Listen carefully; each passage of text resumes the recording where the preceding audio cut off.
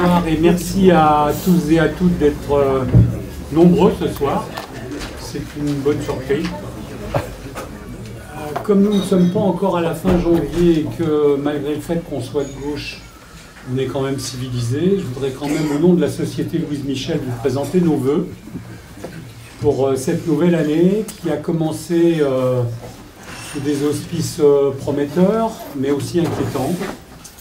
Donc on va espérer que les auspices prometteurs tiendront leurs promesses et que ceux qui nous inquiètent plus passeront au second plan, mais on verra.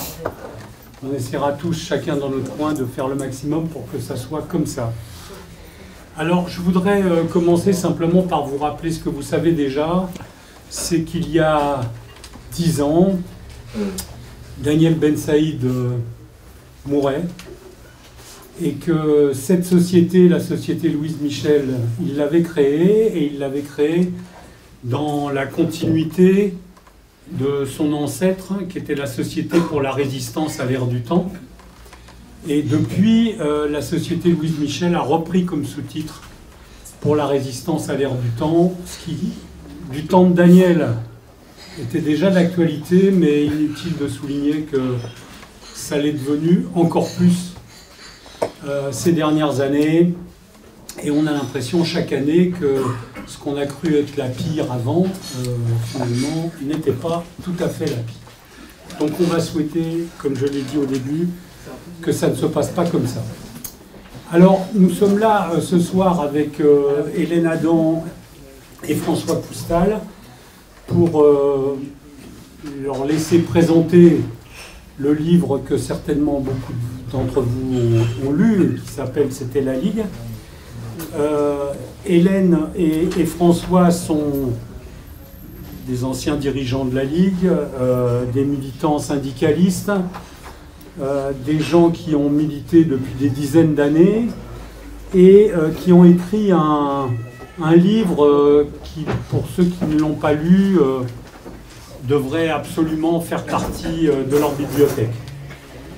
C'est un livre bon, dans le sens qu'il tient ses promesses, il survole une cinquantaine d'années d'histoire politique française et internationale, et il a l'immense mérite de le faire d'un point de vue aussi objectif que possible, et en retraçant les discussions et les débats souvent passionnés de ceux qui voulaient changer le monde et qui s'étaient dotés, avec des erreurs et avec des qualités, d'une organisation organisée en courant qui avait l'originalité de discuter passionnément de la réalité pour pouvoir la transformer, et aussi d'être démocratique, et aussi de ne pas se prendre trop au sérieux et de penser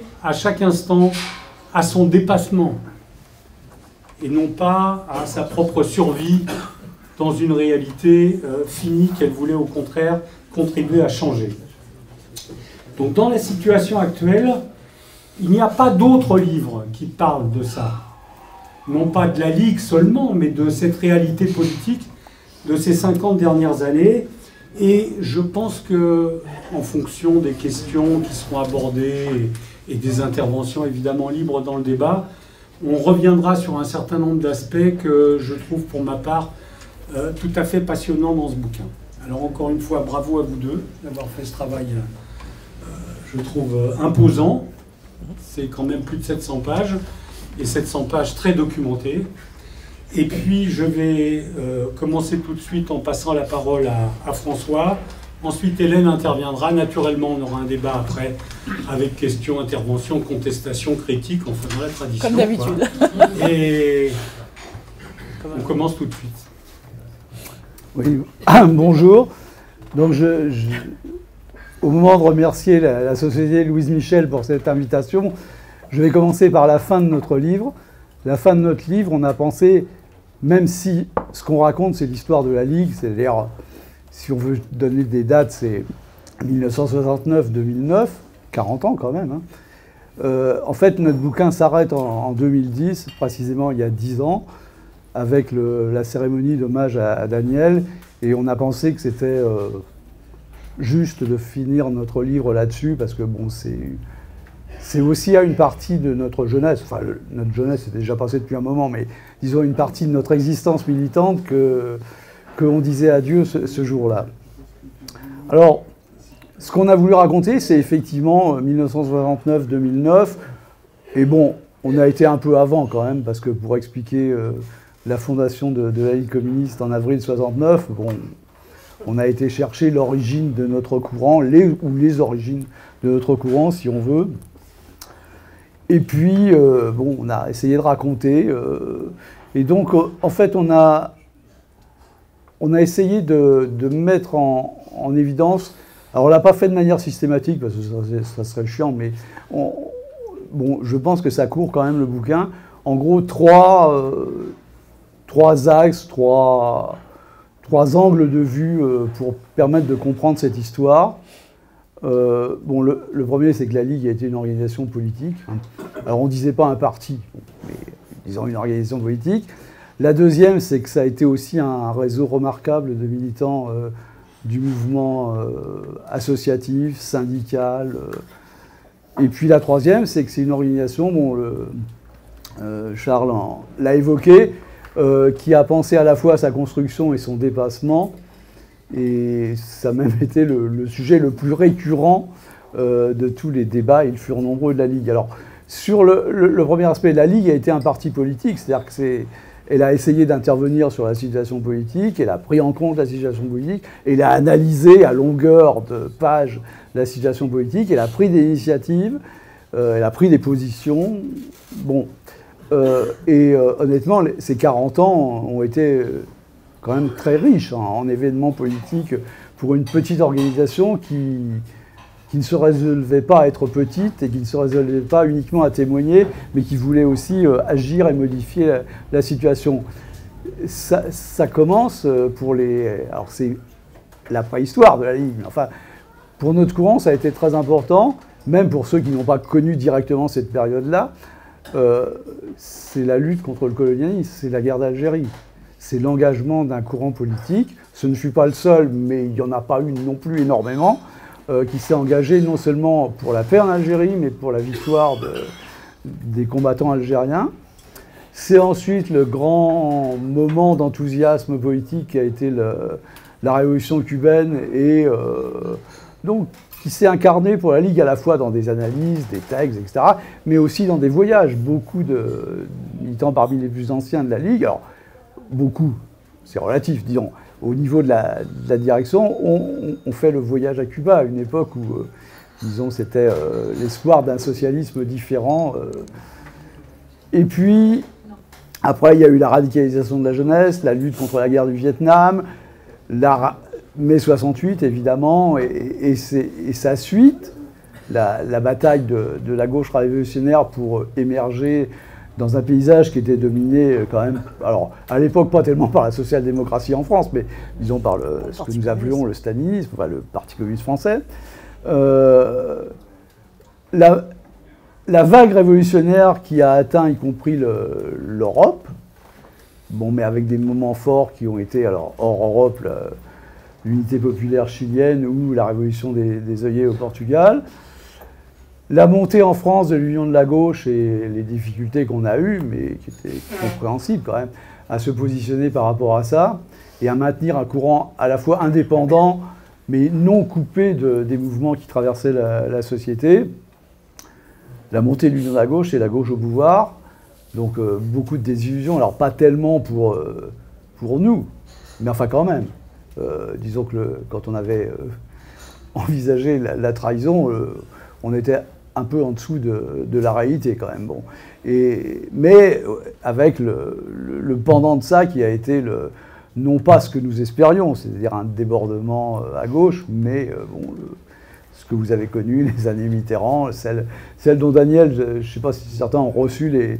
Bon, on avait mis une petite interview de Daniel donnée au moment de la fondation du NPA, où il revient en disant que les années Mitterrand, c'est les pires de notre histoire. Bon, je lui laisse la responsabilité, mais enfin, en l'occurrence, je partage un peu le jugement. Et puis ensuite, la remontée des luttes, l'hiver 95, le mouvement intermondialiste, etc. Donc c'est tout ça, c'est le cadre dans lequel la Ligue a baigné, c'est le cadre où elle a voulu agir, prendre des positions, etc. Le deuxième élément, c'est l'importance de notre immersion dans le mouvement syndical, d'abord, et puis plus généralement le mouvement associatif, etc. Et la Ligue a été, alors à un moment donné, elle a été très proche de n'être plus que cela, mais un réseau de militants et de militantes du mouvement social. Et c'est évidemment très important. Bon, disons que, bon, peut-être que certains l'ont déjà entendu, mais je vais le redire quand même. Bon, quand à quelques centaines ou à quelques milliers, on pense qu'on veut changer le monde, non seulement en France, mais à l'échelle internationale, bon, il y a quand même un léger risque de délire, disons. Voilà, je ne sais pas quel est le terme qu'il faudra employer, mais enfin, ça peut rendre assez fou quand même, ce genre de conviction que par ailleurs nous partageons. Et donc, en gros, alors c'est un truc sur lequel on revient à plusieurs reprises, bon, qui n'est pas forcément partagé par tous les anciens militants et militantes de la Ligue ou leurs anciens dirigeants, qui est que, bon, ce qui nous a un peu sauvés de la folie toujours possible, d'une existence aussi minoritaire, c'est effectivement notre insertion dans le mouvement social. Et que, y compris par rapport à certains moments où, bon, en gros, ça a dérivé un peu, ça a déconné un peu, le fait d'avoir les pieds et la tête dans le mouvement social est quand même quelque chose qui a permis qu'on continue et que la Ligue ne devienne pas, comme tant d'organisations d'extrême gauche, soit un réservoir à repentis, soit à l'inverse une secte. Et donc ça, c'est très important. Et parmi ces mouvements, évidemment, je pense qu'elle en parlera un peu plus. Bon, il y a le mouvement syndical, hein, ça c'est évidemment essentiel. Et il y a le mouvement de libération des femmes, le mouvement féministe, bon, qui évidemment, c'est le seul mouvement, enfin, tous les mouvements sociaux auxquels on a participé ont modifié notre point de vue. Le point de vue qu'on avait sur les rapports entre le parti et les masses, comme on disait à l'époque, ou disons entre l'organisation politique et l'ensemble des gens avec lesquels on milite, mais un seul a vraiment bouleversé. Enfin, on peut l'espérer. Ça peut être discutable d'ailleurs, mais nous pensons qu'un seul a bouleversé vraiment le rapport qu'on avait entre le rapport du parti au mouvement, et ça a été le mouvement féministe, parce que c'est un de ceux qui a le plus, y compris, impacté l'intérieur de l'organisation. Sans doute insuffisamment, mais quand même beaucoup, hein, beaucoup plus qu'aucun des autres mouvements. Et puis bien sûr, à la fin de l'histoire de la Ligue, il y a le mouvement altermondialiste qui, pour certains d'entre nous, renouait avec notre jeunesse, en l'occurrence, parce que les grands rassemblements internationalistes, nous en avions connu dans les années 66, 67, 68.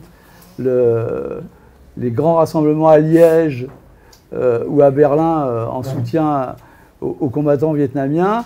Bon, c'est un peu avec ça qu'on a renoué, à une échelle évidemment beaucoup plus vaste, lors du mouvement intermondialiste.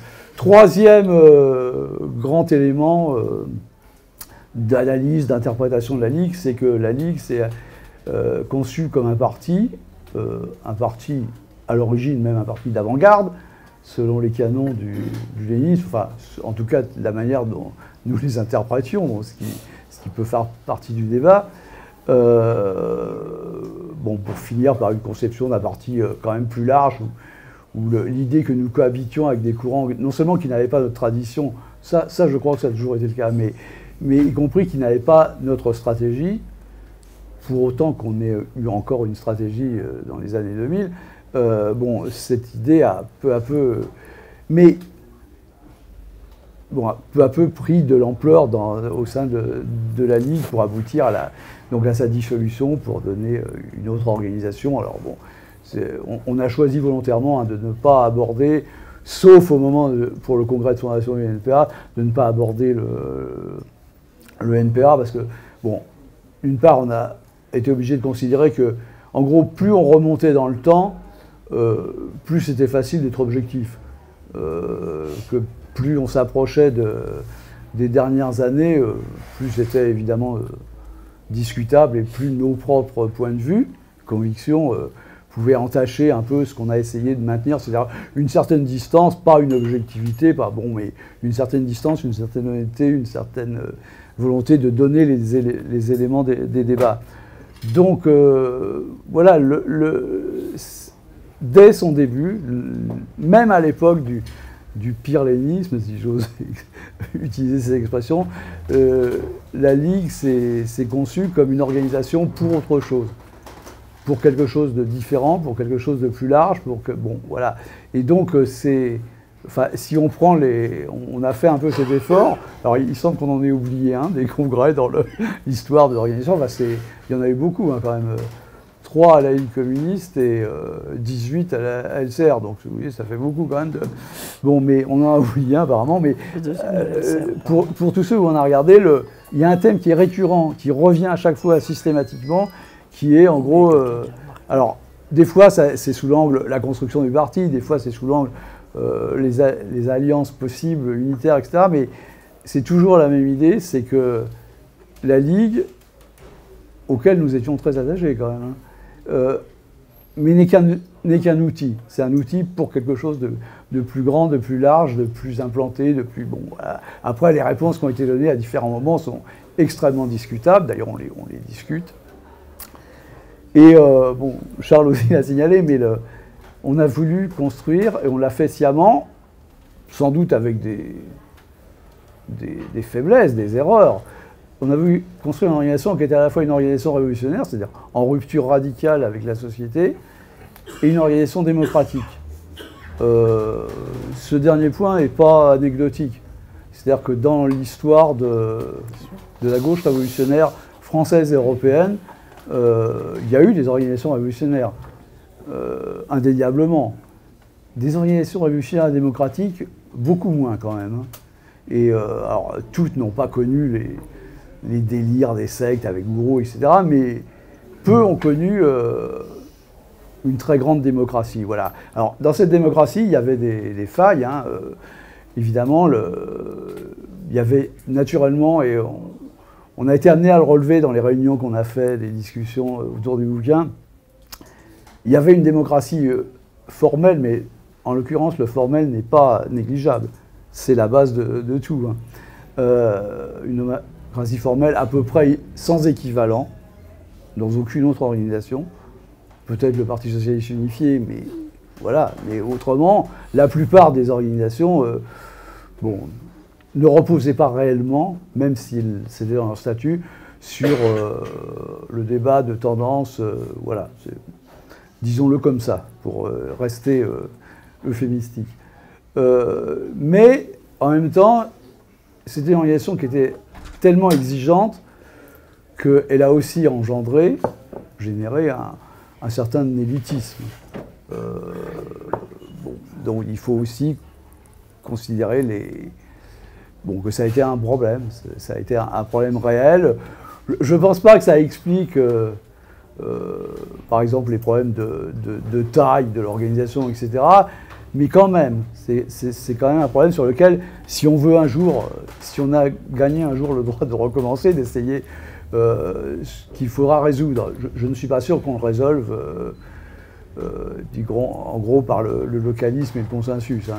Je ne suis pas sûr de ça. Mais qu'il y ait eu un problème sur la manière dont nous fonctionnons, oui.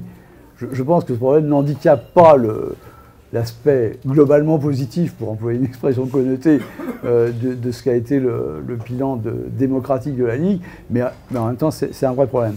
Bon, voilà, donc c'est une organisation qui s'est voulue révolutionnaire démocratique, qui voulait se construire comme une organisation, alors au début comme un parti léniniste, un noyau de cadres, bon après, sur des modalités plus diversifiées, mais qui en même temps pensait dès le début son possible dépassement.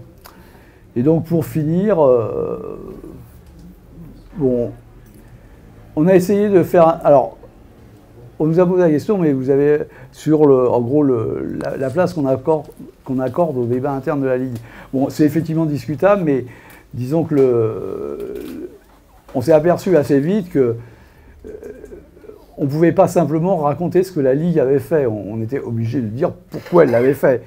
Et à la Ligue, rien n'allait de soi. C'est-à-dire que quand on prenait une décision, quand on prenait une initiative, quand on avait une consigne, quand on avait... Bon, c'était forcément le produit d'un débat qui avait pu être long, difficile, animé, voilà. Donc on s'est dit qu'on était obligé de retranscrire ça aussi. Donc on n'a pas voulu faire le journal des débats internes de la Ligue, mais en racontant cette histoire, parce qu'il y a de ces aspects-là dans le bouquin, on raconte une histoire. Ça, mais c'est pas ça qui prend le plus qui a pris pour nous le plus de place finalement. Ce qui a pris le plus de place, c'est d'essayer de resituer les initiatives de la Ligue, ses projets, etc., dans le contexte. Pour raconter ce que la Ligue décidait à tel ou tel moment, bon, il fallait raconter ces débats, mais il fallait raconter aussi ce moment-là. Bon, ce qui explique, et nos deux éditeurs, donc Sileps, que beaucoup d'entre vous connaissent, et Arcane 17, qui est la maison d'édition qui est animée par Marie-Pierre Vieux. Bon, ces deux maisons d'édition qui sont donc associées pour cette coédition nous ont laissé une liberté totale, y compris sur le volume, bon, au risque du poids, ça fait 900, presque 960 grammes, enfin bon, c'est effectivement un peu impressionnant. Bon, voilà. Mais en fait, ce qui prend le plus de place, c'est de raconter non pas l'histoire de la Ligue, non pas l'histoire des débats de la Ligue, mais l'histoire tout court de 40 ans de combat politique. Un dernier point pour conclure. Bon, quand on a fait ça, on a essayé de le faire honnêtement. C'est assez documenté quand même, je pense. Il y a quelques erreurs. Il y a évidemment beaucoup d'interprétations politiques qui sont de notre seul ressort. C'est-à-dire que, bon, on ne demande à personne d'assumer en tant que tel. Mais pour donner notre état d'esprit, bon, en gros, c'est une formule qui est arrivée dans un des débats qu'on a eu en région. On ne dit plus en province, donc en région. On a été des militants finalement assez heureux. C'est une histoire dont on est fier, bon, ça c'est, mais dont on est finalement assez heureux. Et donc, en gros, on avait de comptes à régler. Bon, si je dis avec personne, personne ne croira, mais avec presque personne, quoi. Donc on a essayé de raconter ça, de faire comprendre. Évidemment, notre souhait est que si des jeunes qui s'intéressent à la politique le lisent, c'est bien. Disons que la plupart des réunions qu'on fait ne sont pas marquées exactement de ce saut. Mais en même temps, alors du coup, si aussi ça a pu plaire, et à d'anciens militants, donc fatalement un peu plus âgés, voire nettement plus âgés, enfin pas que nous, hein, que les jeunes dont je parlais, bon, bah c'est bien aussi. Hein, je veux dire, on n'a pas cherché à cultiver la nostalgie, on s'en défend pas non plus. Voilà, on assume, c'est une histoire. C'est une histoire. Alors, la dernière question, peut-être, Hélène l'abordera, j'espère, c'est est-ce que tout ça nous apprend quelque chose pour aujourd'hui? C'est possible, je l'espère. Non pas qu'il faudrait refaire la même chose. Ça, je crois, personne ne le pense, en plus, ni pour nous, ni pour quoi que ce soit. Mais disons que, oui, on pense qu'il y a un certain nombre de leçons qui peuvent être tirées. On a évité de les surligner outrageusement. Bon, voilà. Disons que la démocratie, quand même, est quelque chose qui nous tient assez à cœur. L'insertion dans le mouvement social aussi. Bon, voilà. Après, bon, maintenant, c'est à chacun de penser la nouvelle situation. Parce que ce qui nous a frappé, au fur et à mesure qu'on faisait le travail d'essayer de resituer, enfin de recontextualiser, donc de resituer donc nous-mêmes, de nous repencher sur des années qui pour certaines sont assez éloignées quand même. L'un des aspects les plus marquants, c'est quand même que ça a beaucoup changé. C'est-à-dire que il n'y a pas que la Ligue qui a disparu, c'est aussi le monde dans lequel elle a évolué qui est en partie disparu. Est-ce que pour autant on peut en tirer des conclusions? Oui, on pense que oui, mais bon, disons que c'est un point d'interrogation. Oui. Bon, je vais pas Je ne vais pas être trop longue parce que François a fait pas mal le tour de la question. Ça va? Je ne me rends pas compte. Ouais. François ayant fait pas mal le tour de la question, je ne vais pas être très longue. Je vais juste rajouter quelques petits éléments. Alors, on commence, et ensuite, bien sûr, on répondra à vos questions ou à vos interventions. C'est peut-être plus intéressant d'avoir un petit peu de dialogue avec vous. Voilà. Bon, d'abord, comment on a travaillé? Parce que c'est une question qui revient assez souvent. Comment on a eu l'idée? Ça faisait un moment que François et moi, comme on est amis, donc on se voit régulièrement, etc.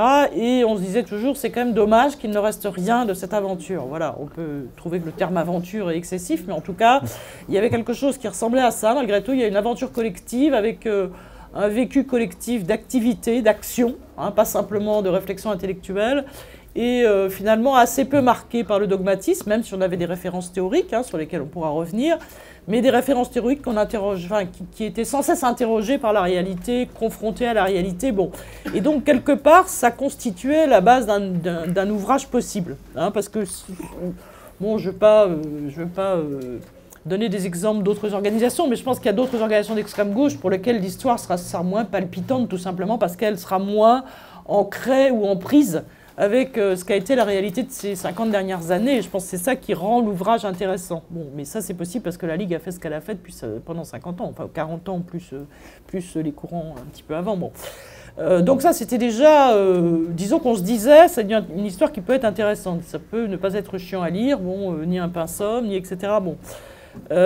Et ensuite, ce qui est devenu un peu urgent pour nous, c'est que nous sommes plus très jeunes, ni vous d'ailleurs dans la salle en général, et qu'on s'est dit qui va passer le relais un jour de cette histoire collective si on ne le fait pas maintenant. Voilà, bon, je pense qu'il y a eu un petit côté urgence. Bon, alors peut-être que bon, voilà, on exagère, il nous reste encore plein d'années, mais bon, bref, on s'est dit, bon voilà, faut peut-être pas laisser passer trop le temps, parce que d'abord la mémoire n'est pas toujours la même au bout d'un moment, et puis finalement, les archives, tout ce qu'on a pu aller consulter était encore vivant, petit à petit, ça va l'être de moins en moins. Bon. Alors donc ça, c'est l'idée du livre, et donc finalement on s'est dit, on s'y met, puis on verra bien, on va faire un plan, puis on va voir, parce que bon, finalement, on s'est vraiment amusé enfin, amusé, c'est peut-être pas le terme, si, franchement, si, voilà. On s'est vraiment... Donc, faut le dire, parce qu'il y a des gens qui nous disent « Oh là là, c'est courageux !» Non, alors pas vraiment. On s'est vraiment amusé à aller rechercher toute cette histoire, et je pense que ça va avec ce que dit François quand il dit « On a été des militants heureux », bah oui. Et donc, comme c'était une histoire agréable, eh ben, on est allé la rechercher. Il y a eu des frictions, bien sûr, des pleurs, des grincements de dents, tout ce que vous voulez, ça, on s'en rappelle tous. Mais, quelque part, c'est un très bon souvenir. Alors, il y a des gens qui nous ont dit, oui, c'est normal, c'est vos années de jeunesse. Bon, sans doute, oui, évidemment. Mais bon, en tout cas, le fait est qu'on y a pris plaisir, donc c'était pas un pain somme, et on a travaillé... alors bon, ça peut paraître bizarre, mais on a travaillé, après avoir défini un plan, on s'est réparti les chapitres, ou les bouts de chapitres, ça a dépendu. Ensuite, au fur et à mesure qu'on regardait la chronologie des faits, on se rendait compte que la Ligue avait dit des choses sur des trucs qu'on avait complètement oubliés, mais en regardant la chronologie, on s'est dit, mais si, là-dessus aussi, on a dit un truc, le sommet, je sais pas quoi, enfin, je vous dis pas, bon. Donc, à chaque fois, on est allé rechercher ce que la Ligue avait dit, quel débat il y avait eu, ce qu'on avait fait, bon, les débuts de l'écologie, par exemple, c'est très intéressant, d'ailleurs, de retrouver comment la Ligue a commencé souvent en région sur ces questions-là, bon, a fait évoluer un concept qui était sans doute trop centraliste, trop parisien, trop... léniniste, on va dire, en s'intéressant à des mouvements de masse qui interrogeaient en retour la Ligue. Bon, le mouvement des femmes, évidemment, est le premier, mais c'est pas le seul. Le mouvement écologiste, par exemple, nous a interrogés sur une certaine vision productiviste qu'on avait et qu'on interrogeait peu. Hein, bon, et l'acier fut trempé, enfin j'exagère, mais bon, il y avait quand même un peu de ça. Bon.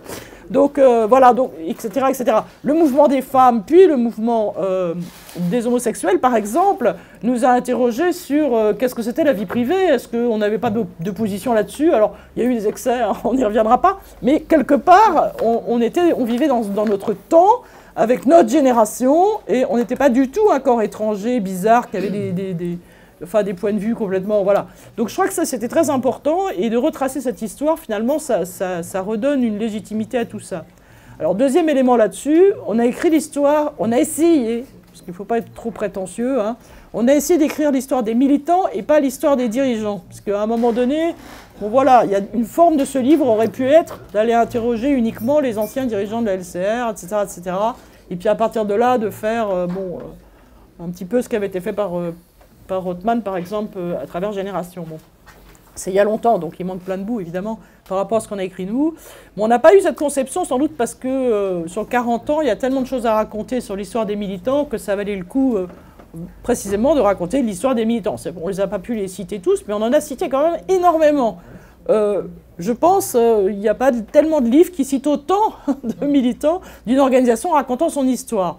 Et comme il y a des choses... Alors il y a beaucoup de choses qu'on a vécues directement, François et moi, d'abord parce qu'on était à la direction de la LCR pendant longtemps, et surtout parce qu'on était syndicalistes dans le mouvement altermondialiste ensuite, bon, etc. Donc du coup, il y a beaucoup de choses qu'on avait vécues directement. Ça facilite les choses. Mais il y a des choses qu'on n'avait pas vécues directement, mais dont on était sûr qu'ils étaient très importants. Par exemple, c'est un exemple qu'on cite souvent, mais par exemple, on n'était ni l'un ni l'autre à la CGT. Or, la Ligue a fait beaucoup de choses dans la CGT, des choses très importantes, y compris, elle a été en phase à un moment donné avec une évolution de cette centrale, sur des tas d'aspects, de débats, etc., de manière concomitante avec la crise du PC, sur laquelle on a été aussi souvent très interactif avec les courants oppositionnels du PC. Et là, il y avait tout un pan de l'histoire qu'on connaissait moins bien. On est allé retrouver les camarades qui n'étaient pas forcément de notre tendance. D'ailleurs, ce n'était absolument pas le problème. C'est pour dire la démarche qu'on a eue.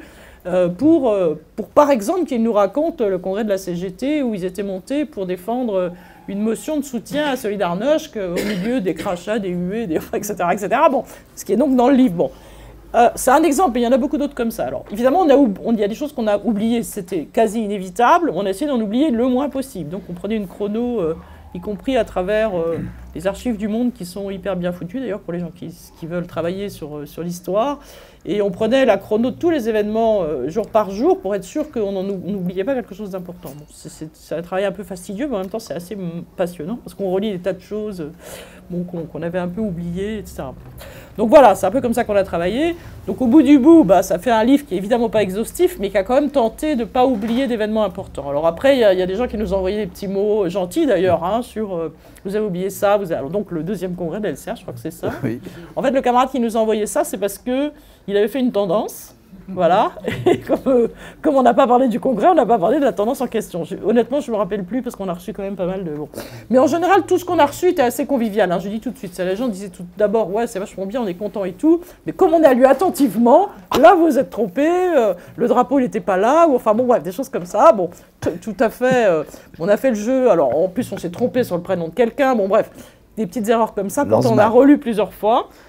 On a confondu, deux... Bon, Claude Lanzmann et c'est une des premières remarques qui nous a été faite, d'ailleurs, oui.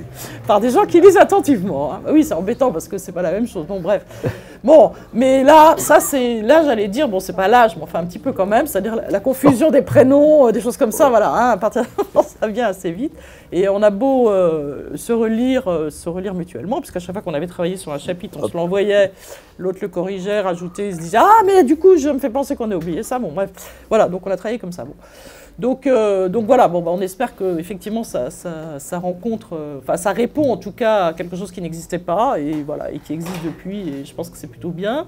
Est-ce que ça sert à quelque chose aujourd'hui? Alors, moi là-dessus, à la limite, quand on a commencé notre petit tour dans les régions, on était en plein mouvement des Gilets jaunes, on avait tendance à dire oui, mais de loin, quoi. Parce que là, les points de repère, non pas que le mouvement des Gilets jaunes n'avait pas d'intérêt, c'est pas du tout ce que je suis en train de dire, mais les points de repère, disons, étaient pas tout à fait les mêmes, même si ça pouvait évoquer des choses qu'on avait connues, c'est pas du tout la question, mais bon voilà, c'était un petit peu plus difficile. Bon, avec le mouvement social autour des retraites, faut reconnaître que là, on raccroche plus avec notre histoire quand même, ce qui prouve que voilà, faut pas trop... Alors moi, je me suis amusée à ouvrir une page Facebook, c'était la Ligue, que certains d'entre vous ont vu sans doute, et puis je me suis amusée à chaque fois à citer les extraits du livre qui correspondaient à la situation. Et ça arrive quand même, ou alors parce que la commémoration correspondait à quelque chose, etc. Et je vais vous dire, il y en a quand même pas mal qui correspondent à quelque chose, voilà. Donc, qui ont intéressé les gens qui lisent le site, d'ailleurs, y compris quand le mouvement des retraites a commencé. Voilà, je vous donne un exemple, il y a eu une manifestation des femmes, quelques jours avant le début du mouvement des retraites, exactement comme en 1995, c'est raconté dans notre bouquin, bon, pour ceux qui s'en souvenaient plus, il y a eu un mouvement, la similitude, évidemment, on va dire, c'est par hasard et tout, mais n'empêche que les gens, ça les a intéressés de savoir tiens, c'était pareil, bon, etc. Ça, bon. Après, il y a beaucoup de points communs, évidemment, le type de grève, bon... l'attitude de certains syndicats, bon, etc., etc. Surtout qu'à l'époque, les Suds existaient déjà, donc il y avait déjà tous ces aspects-là. Bon. Alors, comme c'est une grève qu'on a vécue là complètement directement, évidemment, bon, voilà. Donc, voilà. Donc, oui, il y a des similitudes. On ne peut pas dire que c'est, voilà, que le livre est une histoire qui est terminée, on a fermé la porte, et puis après, on passe tout à fait à autre chose. Non, d'abord, je crois que c'est jamais vrai, je pense. Hein, nous-mêmes, on s'est inspiré d'un certain nombre d'histoires liées à 1936 ou aux batailles sur la sécurité sociale, etc., après la Deuxième Guerre mondiale. Bon, donc c'est jamais terminé, en réalité. Donc ça, je crois que c'est important. Et puis, de fait, c'est une relecture, finalement, bon, on a essayé de ne pas être anachronique, c'est pas facile non plus, c'est-à-dire de ne pas penser l'époque comme avec ce qu'on sait aujourd'hui, pour aller vite, hein, bon, c'est-à-dire d'essayer d'aider le lecteur à se remettre dans le contexte. C'est-à-dire, par exemple, dans les années 60, le PS n'existait pas, François l'a dit rapidement, mais c'est un truc important parce qu'aujourd'hui, il n'existe de nouveau plus, donc on dit ça en rigolant dans notre truc. Mais disons qu'entre-temps, il a été... Bon, il y a une génération qui pense que la gauche, c'est le PS, enfin qui n'a vécu que grosso modo ça. Nous, on est né à la politique dans une génération qui ne connaissait que le Parti communiste. Le Parti socialiste n'existait pas. Bon. Et le Parti communiste, c'est très fort. Bon, donc déjà, faire comprendre aux gens qu'une série de militantisme qu'on avait dans les années 60-70, jusqu'à la signature du programme commun, en gros, même encore un petit peu après, hein, parce qu'après ça s'est inversé, c'est une situation où le PC était ultra dominant et nous revendiquions du trotskisme. Donc d'une opposition, bon voilà, qui s'était fait massacrer par les gens du Parti communiste, etc. Bon. Donc, c'est pas le même contexte que celui des années 90, par exemple, voilà, etc. Bon, voilà. Donc ça, arriver à faire comprendre ça, c'est important parce que c'est tout ce qui permet aux gens d'avoir une démarche qui n'est pas anachronique, mais qui est ancrée dans une analyse concrète de la situation concrète, comme disait une vieille référence qui n'était pas vraiment la nôtre, mais bon, bref. Et je pense que ça, c'est une démarche absolument fondamentale qui est toujours vraie. Troisième chose sur laquelle je voulais revenir, c'est l'internationalisme. C'est une question absolument centrale pour la Ligue, et je pense que ça a été une question très importante pour notre courant. Comme on était dedans et que c'était normal, je pense qu'on ne se rendait pas compte à quel point c'était important. Bon, on est une génération pour les plus vieux d'entre nous, qui a commencé la politique au milieu de grands mouvements de masse. Donc notre rapport aux masses vient de là, hein, c'est-à-dire pour nous, l'idée qu'on prenait quelque chose mais que ça ne se faisait pas, on demandait aux autres de le faire, n'avait aucun sens, parce que nous on a commencé en 68, donc on a fait directement, donc bon, ou en 66 d'ailleurs c'était pareil, enfin le mouvement Vietnam, etc. On a fait toujours, bon, donc pour nous c'est normal, quand on dit qu'il faut faire, on fait. Bon. Donc ça, le rapport au mouvement de masse, il est assez naturel. Le rapport à l'internationalisme vient du fait que les premiers combats ont été Cuba, le Vietnam, etc.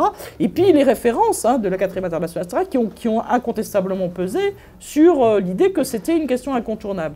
Et il n'y avait pas de réunion du comité central dans lequel il y avait un rapport sur la situation politique qui ne commence pas par la situation internationale. Ça a l'air très bête, mais c'est quelque chose qui s'est beaucoup perdu dans les syndicats, partout où on peut, bon, et qui est un problème, un vrai. Parce que dès qu'on remet dans un contexte international, on a une vision différente d'une série de choses. Bon. Et je crois que nous, on l'a vraiment systématiquement fait, hein, y compris les syndicats dans lesquels on est beaucoup intervenus, pas de manière manipulatrice, hein, parce qu'on était dedans, etc. On les a, par exemple, Sud, c'est évident, Sud a toujours eu une relation à l'international, enfin encore jusqu'à récemment, aujourd'hui je suis moi, mais bon, qui était très importante et qui venait de là. Bon, pourquoi Sud a tout de suite été dans les forums sociaux mondiaux, etc. Disons que ça participait de la même problématique que celle qu'on avait. Hein. Je ne veux pas dire qu'on les a manipulés, c'est ridicule, mais bon, voilà. Disons que ça faisait partie d'une histoire, et je pense même la FSU, d'une histoire qui nous était commune et qu'on était prête à revendiquer dans n'importe quel mouvement parce que c'était la manière de fonctionner intelligemment. Voilà. Et pour finir vraiment complètement, on s'est posé la question, puis à un moment donné, on s'est dit, on va quand même parler de la culture LCR. Bon, ça peut paraître un peu bizarre, mais avec le recul, on s'est rendu compte qu'il y avait une culture LCR. C'est-à-dire qu'il y avait des livres de référence, il y avait des expressions de référence, il y avait des manières de penser de référence, on va dire, etc. Bon, là, il y a la fameuse affaire des pseudos, dont on a eu du mal à se débarrasser, alors que ça devenait ridicule, parce qu'on y était attaché à une certaine... Voilà, à ce qui nous réunissait quelque part, enfin, ce qui était, bon, voilà.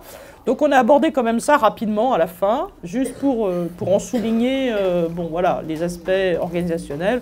On pourrait dire qu'un des aspects de la culture LCR, c'était qu'on a toujours eu un rapport à l'organisation absolument épouvantable, qu'on était incapable d'avoir des comptes équilibrés, un journal qui ne soit pas tout le temps en déficit, des locaux etc. Bon, qui soient bien tenus. Bon, ça, je crois que c'est...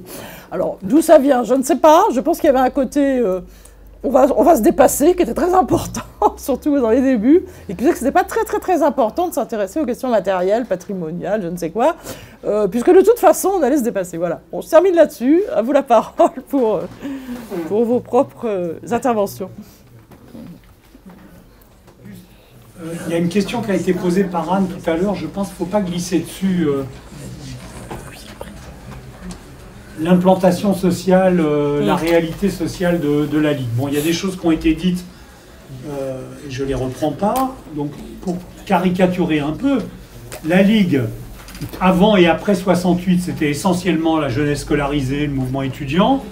Mais il ne faut pas oublier qu'à partir des années 70, on a tous eu l'expérience de participation à des mouvements, à des luttes et à des manifestations où on était rejoint par des centaines de jeunes travailleurs et qui devenaient, disons, des gens qui rompaient avec leur organisation syndicale, même s'ils en étaient toujours en partie prenante, membres, mais qui rompaient, et qui rompaient avec le PC, qui rompaient pour certains plus tard avec le PS. Donc cette réalité-là, il ne faut pas l'estomper, elle a existé. Il y a eu un accrochage de ce qui s'est passé de cette jeune génération étudiante et de la jeunesse scolarisée avec des salariés jeunes qui eux-mêmes avaient été, je dirais pas fascinés, mais aimantés par ce qui s'était passé en 68 et qui venaient voir dans les facs et ailleurs comment les choses se passaient. Donc, ensuite, par rapport à ce que disait Philippe, je ne suis pas chargé de répondre à toutes les questions, mais j'en profite un peu. Vas-y. Une petite, ça vous débarrassera. Sur la Deuxième Guerre mondiale, c'est pas un détail, mais il y a l'aspect positif qui est que les fils de résistants, de déportés, etc., forcément cette dimension-là était présente, très bien. Mais il y a une autre dimension, moi je l'ai vécu, je trouve assez douloureusement, c'est que la transmission de ce qu'avaient fait les trotskistes en France pendant la guerre n'était pas forcément très glorieuse. Non pas parce qu'ils ont trahi et qu'ils ont travaillé avec les Allemands, c'est pas ce que je veux dire, évidemment.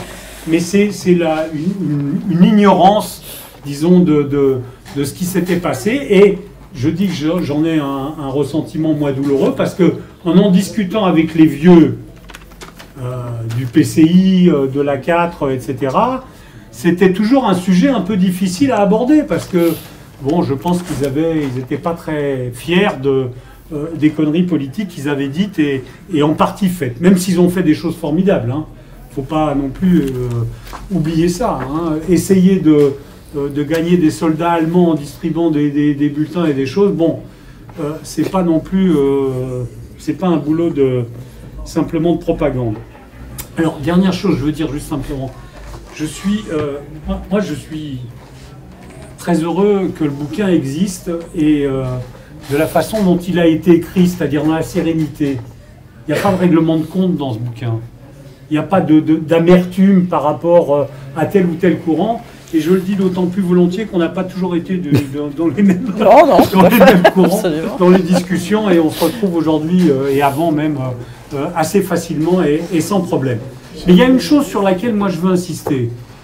On se demandait qu'est-ce qui restera de tout ça à transmettre pour les jeunes, etc. Je ne sais pas. Il y a beaucoup de choses qui ont changé. Le mouvement ouvrier dans son ensemble a changé. L'époque a changé. Bon, donc, disons pas qu'il y a des choses qu'on transmet comme ça, parce que c'est pas vrai. Mais il y a une chose, à mon avis, qui est très importante dans cette histoire, et qui n'est pas simplement l'histoire de la LCR et du trotskisme, c'est une histoire politique de ces années-là, c'est que, je vais le dire d'une façon un peu brutale, comme on aimait bien le dire dans la Ligue à l'époque, il est difficile de faire de la politique sans avoir une organisation ou un courant organisé, et en pensant que l'auto-organisation va résoudre tous les problèmes et que le mouvement de masse est suffisamment mûr pour pouvoir arriver à donner des solutions à toutes les questions stratégiques qui se posent. Je ne crois pas. Je ne crois pas, et je crois que ça reste la question numéro 1 et prioritaire. Alors évidemment que la réponse, ça ne peut pas être le léninisme vu par des gens qui n'étaient pas léninistes, hein, attention. Il faudrait encore discuter sur ce que c'est Lénine, le léninisme et tout. Daniel savait à peu près ce que c'était. Il a tordu un peu le bâton dans l'autre sens, mais quand il a fait le bilan critique de ça, il n'a pas dit des bêtises. Hein. Il n'a pas dit des bêtises et il l'a analysé de façon très lucide. Moi, je pense que dans cette affaire-là, il y a un deuxième aspect qui me paraît crucial, c'est qu'on ne peut pas faire un courant et une organisation politique sans vertébration politique. La théorie qu'on peut avoir et la compréhension qu'on peut avoir, elle peut et elle doit changer en fonction de la réalité, bien sûr, et elle a changé. C'est pas ça le problème. Mais on ne peut pas se passer d'une vertébration politique. Je voudrais prendre un exemple et je m'arrêterai après. Loin de la France, justement. Il y a eu des discussions dans les années 79-80, après la prise du pouvoir par les sandinistes au Nicaragua. Il y a eu des discussions qui peuvent paraître byzantines, je ne crois pas que Roger voulait dire ça, mais qui pourraient paraître byzantines comme ça, mais qui ne l'étaient pas, pour savoir en gros qu'est-ce qui se passe là-bas. C'est une révolution? Alors il y avait des amis dans la 4e internationale, nos amis américains, qui disaient c'est un gouvernement, un nouveau gouvernement ouvrier paysan, avant ce qui va devenir un gouvernement, ce qui pourrait devenir quelque chose qui ressemble à une révolution socialiste. Mais parce qu'on avait une vertébration politique, et parce qu'on réfléchissait pas simplement sur l'instant T et sur la conjoncture, à beaucoup, dans la Ligue et dans la 4, on s'est posé le problème, on est revenu vers les textes, vers les anciens, et on a compris que si on rentrait dans cette dynamique-là, finalement, on arrivait à quelque chose qui était une nouvelle théorie de la révolution par étapes. Il y avait des étapes. Alors bien sûr qu'il y a des phases dans une révolution, mais il y avait des étapes dans lesquelles la nature du régime, de la production, tout ça avait finalement peu d'importance et que ça a préfiguré autre chose. Bon, chose très grave si on pense aux conséquences politiques de tout ça. Donc je dis ça simplement pour insister sur le fait que dans la Ligue, ce n'était pas le pragmatisme qui était au poste de commande. Jamais. Et jamais il y a eu un mépris des questions stratégiques en disant on s'en fout et on fait ce qu'on peut sur cette question-là avec qui veut. Jamais. Et pour les raisons que j'ai essayé d'indiquer à l'instant. Okay. Non, mais je voulais aussi répondre en premier sur cette affaire de questions stratégiques parce que, bon, alors, dans notre livre, je pense que c'est assez clair, mais en tout cas, si on a donné l'impression dans nos introductions de considérer qu'on était purement empirique, non, la Ligue n'était pas purement empirique. Elle avait une étroite relation avec le mouvement de masse, mais sur une orientation stratégique. Ça, c'est incontestable. Hein. Et d'ailleurs, sa relation au mouvement de masse était elle-même conçue comme stratégique, au sens où elle n'imaginait pas pouvoir un jour gagner, on peut dire l'hégémonie, on peut employer les expressions qu'on veut, mais enfin bon, se diriger vers une révolution socialiste sans avoir gagné le maximum de gens en mouvement, et pas simplement d'individus, etc., de gens en mouvement dans le cadre d'une révolution. D'où l'importance, d'ailleurs, de tous les thèmes véhiculés par les mouvements sociaux, par exemple le féminisme, aussi l'écologie, parce que ça interrogeait notre stratégie révolutionnaire. Par exemple, j'ai cité tout à l'heure l'exemple du productivisme sur lequel on avait fini par se poser des questions tardivement. Je ne sais plus qui en a parlé là d'ailleurs du caractère un peu tardif de notre réveil à l'écologie. C'est Philippe peut-être. Hein. Ouais, ce qui est incontestable, ce qu'on explique d'ailleurs, hein, puisqu'y compris les premiers militants qui vont faire des choses sur les questions écologiques vont le faire d'une manière très locale. Et avant de s'imposer comme étant une vraie vision justement enrichissant notre stratégie révolutionnaire, il faudra pas mal de temps et parce qu'il faudra réinterroger le productivisme. Enfin, une certaine vision qu'on avait du fait qu'une production très importante permettait que la classe ouvrière soit très grosse et que donc quelque part elle puisse briser plus facilement ses chaînes. Enfin, je ne vous refais pas tout l'article, mais en gros quand même cette vision-là, il n'y avait pas d'interrogation sur les conditions dans lesquelles la production massive se faisait. Y compris sur ce que ça entraînait comme type de rapport de production, il y avait très très peu de réflexion, un peu, mais qu'il y a un aspect destruction de la planète, alors il n'y en avait pas du tout. Enfin bon, il n'y avait pas que nous, hein, c'est pas pour nous excuser, mais je veux dire, bon voilà. Mais à un moment donné, toutes ces questions sont quand même arrivées sur le tapis, donc je crois que c'est important. Si on prend la question du féminisme, pendant longtemps, je ne pense pas que les camarades pensaient ou théorisaient le fait que les femmes devaient être les esclaves des hommes, hein, c'est absolument pas ça la question. Mais la vision stratégique du féminisme et du rôle que ça jouait comme conscience propre, hein, d'une bataille d'émancipation incontournable, et pas pour après la Révolution, pour aller vite, hein, et ben ça a été effectivement un apport que le mouvement de libération des femmes a donné à l'ensemble des stratégies révolutionnaires, dont la nôtre. Voilà, c'est un peu comme ça que ça marche. Mais du coup, évidemment, tout ça, c'est pas vertébré, ça s'agglomère. Non, c'est dans une certaine vision politique qu'on avait. On a des évolutions, des élargissements, des enrichissements stratégiques, etc. Mais dans une vision politique qui était la révolution, tout simplement. Hein. Et quand on en parle assez longuement, parce que c'est un des débats stratégiques qu'on a eu de manière récurrente, quand on dit se dépasser, c'était pas simplement l'idée on n'est pas assez gros, c'est pas ça le fond de la question. Le fond de la question, c'est que on a cessé rapidement de se considérer comme le noyau, hein, autour duquel qui grossissait naturellement, et qui devenait un jour le parti, parce que je crois que c'est Francis disait toutes les organisations se construisent pour se dépasser. On avait à côté de nous un modèle, Roger l'a rappelé d'ailleurs à sa manière, qui lui n'avait pas du tout l'intention de se dépasser. Le Parti communiste, c'était le parti, et tu as raison de le dire, nous-mêmes on disait des fois le parti en parlant, bon, parce que c'était la classe ouvrière constituée en parti, voilà, il n'y avait aucune raison qu'il y ait d'autres partis, bon, pour faire la révolution, on s'entend, hein, bien sûr, après il y avait parti réformiste, bourgeois, ce que vous voulez, mais dans la classe ouvrière, il n'y avait qu'un parti, il ne pouvait pas y en avoir plusieurs. Nous n'étions pas d'accord avec cette conception, qui est une question fondamentale, évidemment. D'ailleurs, c'est intéressant de la réinterroger aujourd'hui à la lumière de ce que tu dis, mais effectivement, c'était une question fondamentale. Nous, on se considérait comme un courant, et donc confronté à d'autres courants qui avaient d'autres stratégies qu'on pensait pas bonnes, qui n'arriveraient pas à faire la révolution, mais il y avait d'autres stratégies révolutionnaires qui se confrontaient. Et dans le monde entier, il y avait d'autres expériences. Ariane a rappelé les 3 secteurs. Effectivement, il y avait d'autres expériences qui se confrontaient. Notre idée était que de toute façon, l'objectif était le socialisme. Déjà, ça, c'était un débat. Hein. Quel socialisme, quel communisme, c'était déjà pas simple. Bon, je ne vais pas y revenir dessus. Mais comment y aller? Par affrontement central avec la bourgeoisie, de la périphérie vers le centre. Bon, voilà. Tous ces débats stratégiques, on les a eus. Je pense que ça vous évoque des choses quand j'ai employé ces termes-là. Et ça, on a essayé de retracer ça parce qu'effectivement, on n'était pas simplement des dirigeants ou des animateurs de mouvements de masse. C'était même pas d'ailleurs toujours l'essentiel. Hein. On était d'abord et avant tout, sinon on n'aurait pas fait une orga, je pense, qu'on appelait l'orga d'ailleurs, on n'aurait pas fait ça. Bon, on faisait une organisation politique parce qu'on faisait de la politique. C'est pour ça d'ailleurs que François a rappelé ce premier axe. Hein. Bon, compris, on s'est présenté aux élections, on va pas y revenir, mais on a fait des tas de choses. Deuxième truc sur lequel je voulais revenir, c'est la question que tu posais sur... alors, donc c'est parce que tu n'as pas lu l'ouvrage encore, bon, pas de problème, ça viendra. Mais en fait, oui, non, on n'a absolument pas écrit cette histoire comme si on était seul au monde. Pas du tout, hein, pas du tout.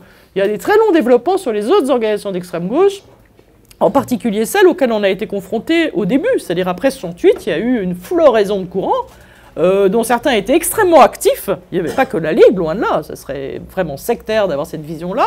Il y avait évidemment le PSU, bon, qui avait une histoire qui remontait plus loin d'ailleurs que la nôtre. Il y avait, après ce qui est sorti de la Ligue comme révolution, mais aussi Vive la Révolution, VLR, pour ceux qui s'en rappellent, tout ça a apporté à sa manière un certain nombre de thèmes. Aujourd'hui, c'est un peu oublié, mais ça fait partie du livre parce que ça fait partie de l'histoire.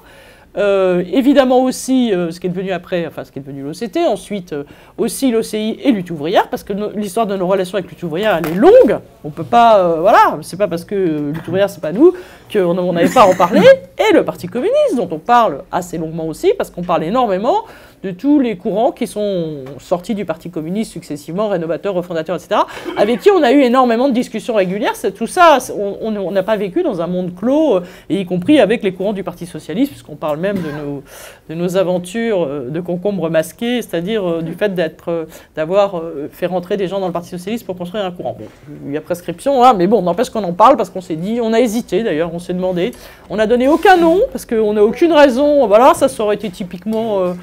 un truc pour faire le buzz, le scoop, je sais pas quoi. Il y a des gens d'ailleurs qui ont, je dis franchement, il y a des gens qui ont lu le bouquin pour savoir si on donnait. Bon alors non, on n'en donne pas volontairement parce que c'est pas un problème de nom, c'est un problème d'orientation qui à notre avis, à nous deux, était pas bonne. Enfin il y a d'autres gens qui ont pensé qu'elle était pas bonne, mais elle a eu lieu, donc elle fait partie de notre histoire et puis voilà, donc on en parle également. Bon.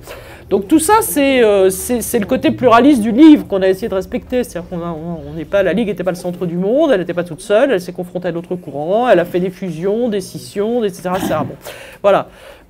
Troisième élément, et je termine, c'est sur les questions... Aujourd'hui, quel est le lien finalement? Est-ce que ce livre s'arrête comme ça brutalement en 2009? Comment il peut servir à la suite? Moi, je suis un petit peu d'accord avec tout ce qui a été suggéré par Philippe disant c'est un livre qui servira pour d'autres réflexions, parce que c'est pas une réflexion sur est-ce que l'extrême gauche a servi à quelque chose ou je sais pas quoi. C'est un livre historique, donc quelque part toutes les autres interrogations qui viennent derrière, celle qu'a posée Roger ou celle qu'a posée Francis également, bon, sont des interrogations qui peuvent s'appuyer sur le livre, mais auxquelles le livre ne répond pas, parce qu'il ne prétendait pas le faire, tout simplement. Bon, là, je pense qu'il faut que ça soit clair, ce n'était pas du tout notre prétention, ça aurait été une prétention, parce que, bon, je ne vois pas à quel titre, en dehors de tout débat collectif, on n'est pas des intellectuels, je ne sais pas, organiques de la classe, ou je ne sais quoi, bon, bref, donc on n'avait pas de légitimité, disons, à poser un débat, bon.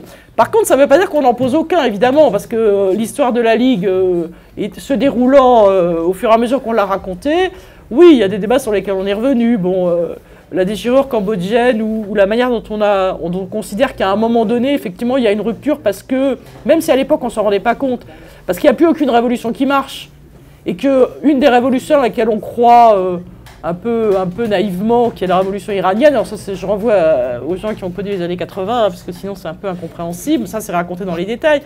On a cru, et puis comme tous ceux qui ont cru d'ailleurs, bon voilà, il s'est passé ce qui s'est passé. C'est-à-dire qu'on pouvait avoir jusqu'à la naïveté de croire que la chute du Shah pouvait s'accompagner, alors qu'il avait été renversé c'était une république islamiste qui s'était mise en place, on avait la naïveté de croire que ça pouvait être une étape vers la révolution. Bon, je veux dire, parce que, en gros, on avait quand même un raisonnement jusqu'à cette époque-là, et le Vietnam, le Cambodge nous contredisent, qui était soit c'est blanc, soit c'est noir, mais bon, entre les deux, bon. Mais ça pouvait être noir et noir, voilà, ça je crois qu'on n'avait pas totalement... Bon. Et c'est une question de génération, parce que je pense que la génération des années 20-30, elle avait compris à son... enfin bon, dans sa chair et dans son sang d'ailleurs, elle avait compris que ça pouvait être noir et noir. Mais bon, nous, on n'a pas forcément... voilà, il a fallu qu'on rencontre... et aujourd'hui, quand on voit un certain nombre d'éléments du mouvement social qui se dirigent vers le Front National, on a du mal, encore aujourd'hui, à comprendre que ça soit possible. Ça ne fait pas partie de notre ADN, notre manière de raisonner. Bon, voilà. Bon, je ne suis pas là pour relancer le débat là-dessus, mais c'est juste pour dire qu'il y a eu effectivement une série de ruptures à des moments donnés dont on a essayé de rendre compte dans le livre. Quelques remarques, en essayant de ne pas trop reprendre ce qui a été dit. Par rapport à ce qu'a mis en évidence Ariane, est-ce que des fois on n'a pas voulu voir? Oui, bien sûr. Je vais donner un exemple qu'on ne donne pas dans le bouquin, mais qu'on aurait pu, mais enfin bon, il est déjà assez gros. C'est gros. Avant-Garde Jeunesse était l'organe de la JCR, donc la Jeunesse communiste révolutionnaire avant 68. Alors on y trouve des tas de choses intéressantes, dont de longs dossiers sur l'importance comparée du matériel soviétique et du matériel américain en matière d'avions et tout ça, dans le but de démontrer que l'URSS ne fournissait pas vraiment aux Vietnamiens ce dont ils avaient besoin. Bon. Et puis il y a un article, alors on ne l'a pas cité parce que on a trouvé que parfois c'est aussi des trucs qui nous ont été reprochés, qu'on était un peu sarcastique sur ça c'est lui toujours. Donc oui, alors donc que j'étais sarcastique, voilà. Notamment dans un certain nombre de rapports que je faisais sur l'histoire de la Ligue justement. Et donc il y a un article qui s'appelle La troisième tendance, et qui n'est pas une tendance de la Ligue, ou de la JCR, c'est une tendance du mouvement communiste international. Et on explique que, donc c'est en 66, enfin, on explique que par rapport au stalinisme à l'Est, enfin l'URSS essentiellement et ses satellites, par rapport à la Chine, également qualifiée stalinien, il y a heureusement dans le mouvement communiste international une troisième tendance, alors faible, mais qui regroupe quand même des éléments prometteurs, que sont la direction cubaine, passons. Mais bon, à l'époque, je pense que c'était du domaine de l'illusion raisonnable, quand même. Les Vietnamiens, comme là. Et quel est le troisième? La Corée du Nord. Ah oui, parce qu'eux, ils refusent la coexistence pacifique. Ils ne sont pas alignés ni sur l'URSS. Non, absolument pas. Mais non, la Yougoslavie a rallié plus ou moins le camp. Bon, non. Les trois pôles de la troisième tendance du mouvement communiste, celle qui est prometteuse, bon, c'est Cuba, le Vietnam et la Corée du Nord. C'est pour ça qu'on l'a oublié dans le alors, on n'a pas voulu remuer le couteau dans la plaie indéfiniment, donc on a laissé tomber ça, mais oui. Alors après, enfin, c'était d'une certaine manière, c'était la contrepartie. Alors, pas inévitable, hein, on aurait pu éviter, mais inévitable du fait qu'effectivement, on s'est engagé dans le soutien à des luttes de libération nationale et sociale, ce qui était juste. Parfois, on a sans doute eu tendance, effectivement, à assimiler ces luttes de libération nationale et la direction qu'elles s'étaient donnée. Bon, en même temps, vu le poids qui était celui du trotskisme, pour reprendre l'expression, on peut comprendre qu'on n'ait pas voulu justement faire comme les autres sectes trotskistes, voilà, et qu'on se soit effectivement engagé. Donc c'est pas une justification, c'est une explication. Sur la Deuxième Guerre mondiale, oui, moi je crois qu'il y a un problème. Mais on l'a abordé sur un aspect, disons, plus plaisant. Quand on aborde justement la culture de la Ligue et les bouquins qu'on lisait. Et je vous assure que les bouquins qu'on lisait, donc dans les années 70, ça c'est au début de la Ligue, les bouquins qu'on lisait sur la Deuxième Guerre mondiale, c'était pas les mémoires des trotskistes. Hein. Évidemment, notre référence c'était la fiche rouge, c'était ces combattants-là. Bon, donc ça ne collait pas tout à fait avec l'histoire racontée, bon voilà, mais ça fait partie des contradictions qui existent. Sur l'écologie, ça a été dit, mais il y avait effectivement, alors là c'est un des manques de notre bouquin, je vais le dire franchement, c'est-à-dire que, mais c'est à posteriori, hein. Je pense qu'on explique bien comment la Ligue a été saisie par l'écologie via le mouvement antinucléaire. Bon, là, encore pour rajouter une rigolade, la Ligue a été contre le nucléaire civil très tôt. Elle n'a été contre le nucléaire militaire que plus tard. C'est-à-dire qu'il y a eu une époque, heureusement, de faible durée, mais où la Ligue était contre le nucléaire civil, mais n'était pas vraiment contre le nucléaire militaire, s'il servait à défendre l'État ouvrier. Bon, ceci a rapidement été abandonné, mais voilà. Mais donc on est rentré dans l'écologie par le mouvement social, ce qui confirme un peu quand même ce que je dis.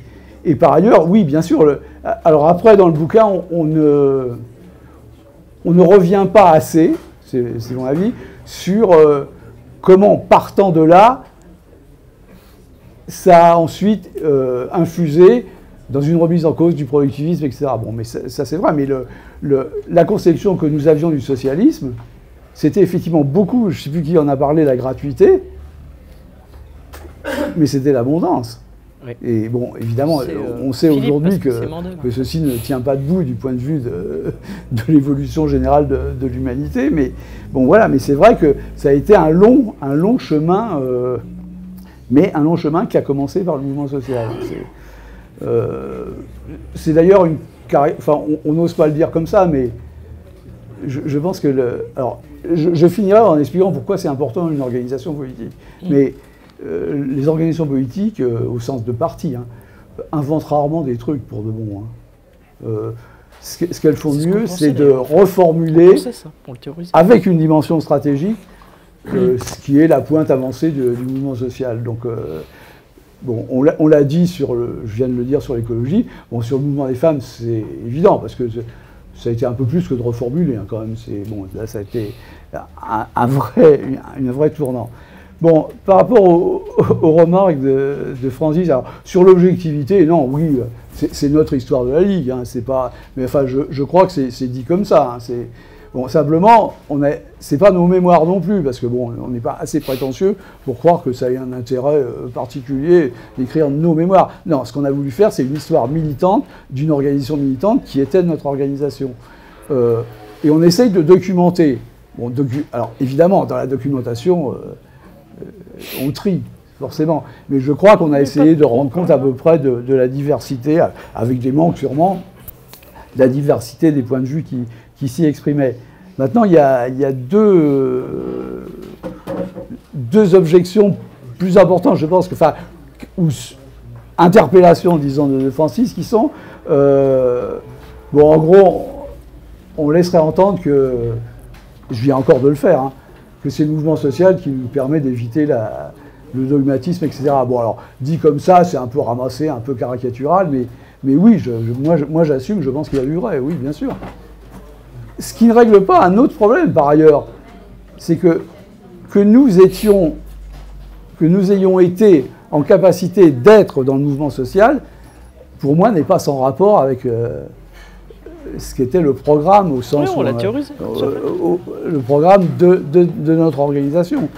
C'est-à-dire, nous n'avons pas été des militants féministes, altermondialistes ou syndicalistes, malgré la Ligue. Nous l'avons été en partie grâce à la Ligue, mais en partie aussi, nous avons modifié ensuite le point de vue, la philosophie, en gros, qui était celle de la Ligue. La deuxième interpellation, c'est, en fait, est-ce qu'on peut écrire une histoire de la Ligue sans écrire une histoire d'un ensemble plus vaste? Oui, mais c'est quoi l'ensemble plus vaste? Léger problème. Moi, je sais, par exemple, à l'époque, on a commencé...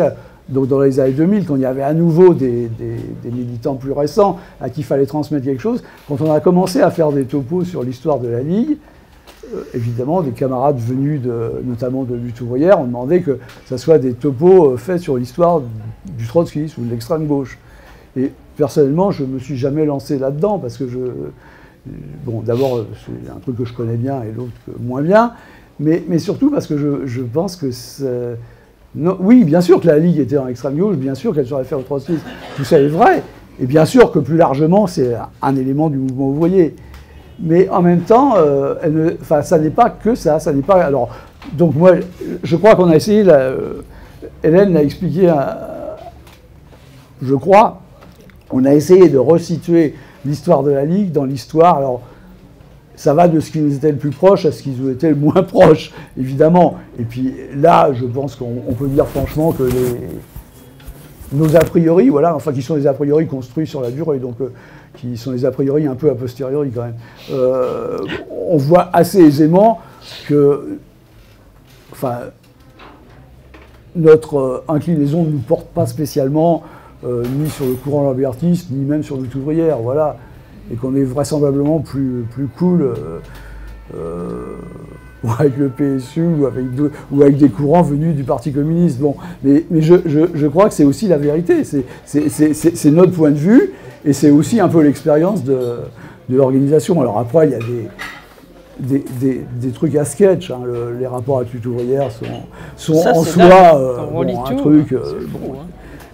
On a nous-mêmes redécouvert, enfin, on le savait, mais qu'on avait failli fusionner dans les années 70. Bon, quand même, en relisant les vieux BI, on a découvert qu'on était arrivé à un protocole d'accord et tout, presque tout était prêt, et que c'est effectivement la Ligue qui a envoyé chier ensuite lutte ouvrière. Bon, tout ça, ce dont lutte ouvrière nous a beaucoup voulu, mais on les comprend, parce que, bon, voilà.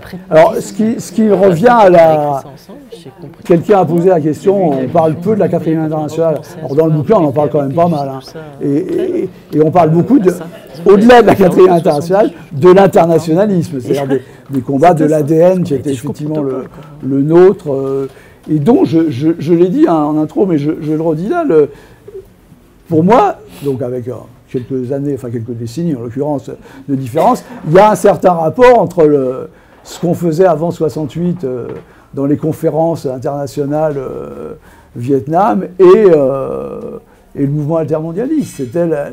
C'était l'idée justement qu'on ne construisait pas une boutique locale, etc., ni même une internationale, que ce qui comptait c'était le mouvement plus vaste, quoi, le mouvement réel des masses, comme on disait. Bon, pour finir... Non, mais voilà, sur la proposition de Martelly, moi, on est évidemment d'accord. Intéressant, effectivement. L'histoire croisée est un problème compliqué. Hein. Jusqu'à maintenant, comme on était extrêmement modeste, on n'a fait ça que partiellement, à une ou deux reprises avec les camarades du PSU, parce que bon, dont les histoires étaient assez différentes par ailleurs. Mais bon, voilà. Alors qu'on le fasse avec le Parti communiste, alors je redis ce qui a été dit, mais quand tu dis le parti, mais pour nous aussi, le parti, c'est le Parti communiste. Mais bon, moi, ça m'a tout.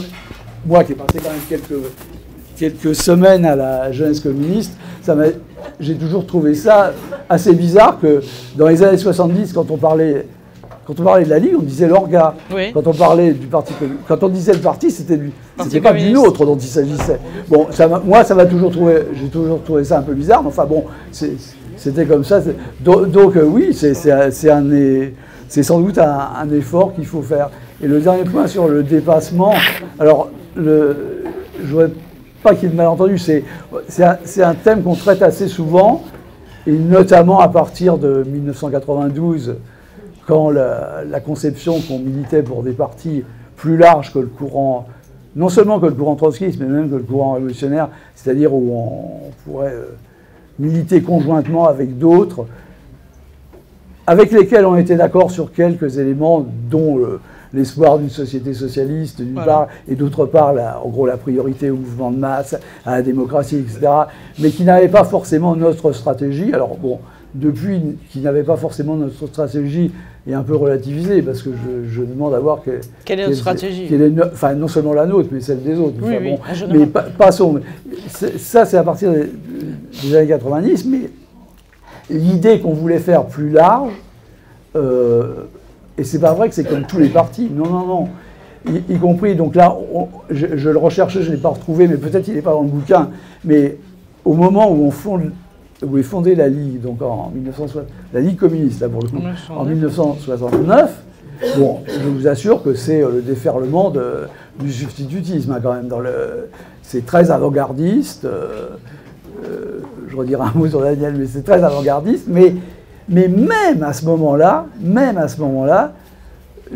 j'avais retrouvé un passage où on explique que, non, même si la Ligue se veut une organisation révolutionnaire d'avant-garde, etc., elle n'est pas le parti et qu'elle ne le sera pas en grossissant simplement. C'est-à-dire que même à cette époque qui est la pire, enfin de mon point de vue, dans la vision noyau, la pire de ce point de vue-là, hein, je veux dire, même à cette époque-là, il y a l'idée que, bon, ouais, enfin, bien sûr qu'on est les meilleurs, mais enfin, peut-être ça ne va pas quand même suffire. Hein. Bon, voilà, donc, et puis il y a l'idée des pans entiers quand même du oui, Parti communiste qui vont après, il y a plein de stratégies différentes qui ont été employées. Eh bien, écoutez, voilà, je crois que...